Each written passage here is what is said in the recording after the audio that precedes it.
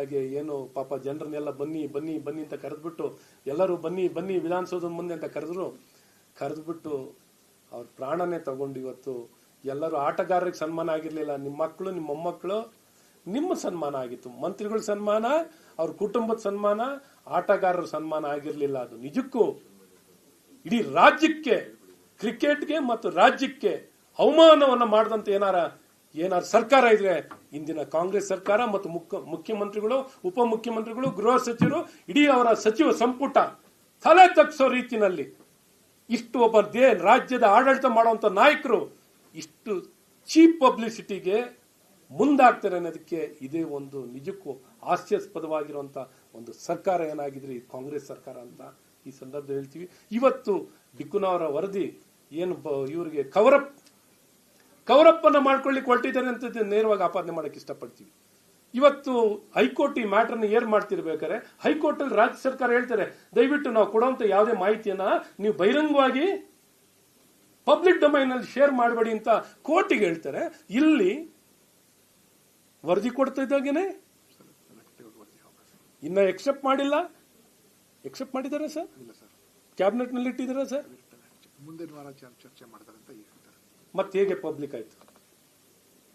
ಹೇಗೆ ಪಬ್ಲಿಕ್ ಕೊಟ್ರು? ಇದ್ರ ಬಗ್ಗೆ ಚರ್ಚೆನೆ ಮಾಡ್ದೇನೆ ಡಿಫೆನ್ಸ್ ಲೈನ್ ಆಯ್ತು. ಸರ್ಕಾರ ಪರ್ಮಿಷನ್ ಕೊಡದೇ ಒಂದು ಈವೆಂಟ್ ಹಂಗಾಗುತ್ತೆ. ಸರ್ಕಾರ ಹಂಗಿರ ಬದುಕಿದ್ರ ಸತ್ತಿದ್ರ ಇಷ್ಟು ಲಕ್ಷಾಂತರ ಜನ ಬರ್ತಿದ್ದಾರೆ. ಒಂದು ಹೇಗೆ ಬರ್ತಾರೆ ಒಂದು ಸ್ಥಳಕ್ಕೆ KCA ಸ್ಟೇಡಿಯಂಗೆ ಜನ ಇಡೀ ಬೆಂಗಳೂರಿಂದ ಕರ್ನಾಟಕದಿಂದ ಬರಬೇಕು ಅಂದ್ರೆ ಎಲ್ಲಿಂದ ಬರ್ತಿದ್ರೆ ನಿಮ್ ಕ್ಯಾಮ್ರಾಗಳು ಕಾಣಲ್ವಾ, ಇಂಟೆಲಿಜೆನ್ಸ್ ಕಾಣಲ್ವಾ? ಟ್ರೈನಲ್ಲಿ ಬರಬೇಕು, ವೆಹಿಕಲ್ ನಲ್ಲಿ ಬರಬೇಕು, ಮಾಹಿತಿಗಳು ಇಂಟೆಲಿಜೆನ್ಸ್ ಇರಲ್ವಾ? ಎಷ್ಟು ಜನ ಬರ್ತಿದ್ದಾರೆ, ಇಲ್ಲಿಗೆ ಸೇರ್ತಿದ್ದಾರೆ, ಹೇಗೆ ನಿರ್ವಹಣೆ ಮಾಡಬೇಕು? ಸ್ಟೇಡಿಯಂ ಕೆಪಾಸಿಟಿ ಇರೋದು 32,000 ಇರೋದು, ಎಷ್ಟು ಲಕ್ಷ ಜನ ಬರ್ತಿದ್ದಾರೆ ಅಂತ ಜ್ಞಾನನೇ ಇಲ್ವಾ ನಿಮ್ಗೆ? ಲಾ ಅಂಡ್ ಆರ್ಡರ್ ಮ್ಯಾನೇಜ್ ಮಾಡೋದು ಯಾರ ಜವಾಬ್ದಾರಿ? ಸರ್ಕಾರದ್ದು. ಹಾಗೆ ಪರ್ಮಿಷನ್ ಇಲ್ಲ ಅಂದ್ರೆ ನಿಮ್ಮ ಉಪಮುಖ್ಯಮಂತ್ರಿ ಹೆಂಗೆ ನೀವು KCA ಸ್ಟೇಡಿಯಂ ಒಳಗಡೆ ಹೋದ್ರು? ಕಪ್ಪಿಗೆ ಹೇಗೆ ಮುತ್ಕೊಡ್ತಾ ಕೂತಿದ್ರು? ಪರ್ಮಿಷನ್ ಇಲ್ಲ ಅಂದ್ರೆ ಇವೆಂಟ್ಗೆ ಹೆಂಗ್ ಹೋದ್ರು, ಯಾಕೆ ಹೋದ್ರು, ಹೆಂಗ್ ಹೋದ್ರು? ಅಲ್ಲಿ ಜನ ಸಾಯ್ತಿದ್ರು, ಕಪ್ಪನ್ನು ಮುತ್ಕೊಟ್ಕೊಂಡು ಕೂತಿದ್ರಲ್ಲ.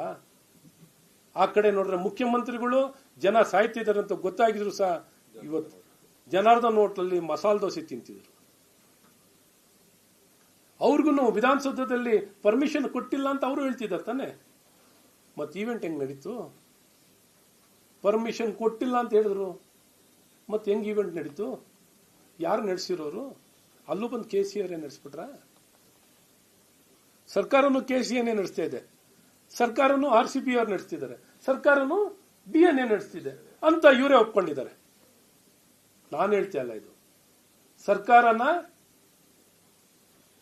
ಇವತ್ತು ಮುಖ್ಯಮಂತ್ರಿ ನಡೆಸಿಲ್ಲ, ಸರ್ಕಾರ ಇಲ್ಲಿಲ್ಲ, ಮುಖ್ಯ ಕಾರ್ಯದರ್ಶಿ ಇಲ್ಲ, ಯಾವ ಆಡಳಿತ ಇಲ್ಲ. KCA ಅವರು ರಘುರಾಮ್ ಭಟ್ ಅಲ್ಲ, ಶಂಕರ್ ಅವರು, ರಘುರಾಮ್ ಭಟ್ ಅವರು, RCB ವೆಂಕಟವರ್ಧನ್, DNA ವೆಂಕಟ್ ಅವರು, RCBಗೂ ಅವರೇ ನಡೆಸ್ತಾ ಇದಾರಪ್ಪ ಸರ್ಕಾರ. ನಾಚಿಕೆ ಆಗ್ಬೇಕು ಇವ್ರಿಗೆ. ಸಾಧನಾ ಸಮಾವೇಶ ಇದೇ ನಿಮ್ ಸಾಧನೆ. ಜನರ ಜೀವ ತಗೊಳ್ಳೋದೇ ನಿಮ್ ಸಾಧನೆ ಆಗಿದೆ. ನಿಮ್ ಕೈನಲ್ಲಿ ಅಧಿಕಾರ ಕೊಟ್ಟು ಆ ರಾಜ್ಯದ ಆಡಳಿತ ಮಾಡಿ ಅಂತ ಕೊಟ್ರೆ, ಜನರ ಜೀವ ತಗೊಳ್ಳುವಂತ ಏನಾರ ಸರ್ಕಾರ ಇದ್ರೆ, ಯಮದೂತರಿದ್ರೆ ನೀವೇನೆ ಅಧಿಕಾರದಲ್ಲಿರುವಂತ ಯಮದೂತರು ಈ ಕಾಂಗ್ರೆಸ್ ಸರ್ಕಾರ ಆಗಿದೆ. ಹಾಗಾಗಿ ಈ ಒಂದು ವರದಿ ಕೊಟ್ಟಿರೋದು ನಿಜಕ್ಕೂ ಖಂಡನೀಯ.